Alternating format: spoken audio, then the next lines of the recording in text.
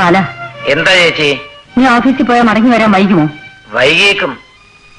ഞങ്ങൾക്ക് ഇന്ന് തന്നെ തിരിച്ചു പോയാൽ കൊള്ളാമെന്നുണ്ട്. ഞങ്ങളെന്ന് വെച്ചാൽ? ഞാനും മനസ്സിലും തന്നെ. അല്ലാതാരാ? എന്താ ഒന്നും പറയാത്തത്? ഇന്ന് തന്നെ പോണോ?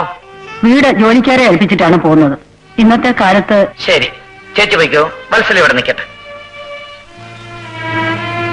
അവളെ ഒറ്റയ്ക്ക് ഇവിടെ നിർത്തിയിട്ട് പോകുന്നത് ശരിയാണോടാ? ഒറ്റയ്ക്കാണോ ചേച്ചി? ഞങ്ങൾക്ക് എവിടില്ലേ? ആരായിട്ട് നിർത്തിച്ച് പോകാനാ നീ പറയുന്നത്? അതൊക്കെ ഇനി ആവർത്തിക്കണം. സുശീല മരിച്ചിട്ട് വർഷം 2 കഴിഞ്ഞു. അവർക്ക് 2 കുട്ടികളുമുണ്ട്. ജയൻ ചെറുപ്പവുമാണ്. വത്സലയെ ജയൻ വിവാഹം കഴിച്ചാൽ അവളുടെ ചേട്ടത്തിയുടെ കുട്ടികൾക്കല്ലേ എന്റെ നേട്ടം? ഇതൊക്കെ നമ്മൾ നേരത്തെ ആലോചിച്ച് തീരുമാനിച്ച കാര്യങ്ങളല്ലേ ചേച്ചി? നീ പറയുന്നതൊക്കെ ശരി തന്നെ. പക്ഷെ കല്യാണം കഴിയുന്നില്ലല്ലോ. ഏതായാലും താമസിപ്പിക്കുന്നില്ല. ജയനും സ്ഥലത്തെത്തിയിട്ടുണ്ട്. വിവാഹത്തെ നിശ്ചയിച്ചിട്ട് വിവരം അറിയിക്കാം.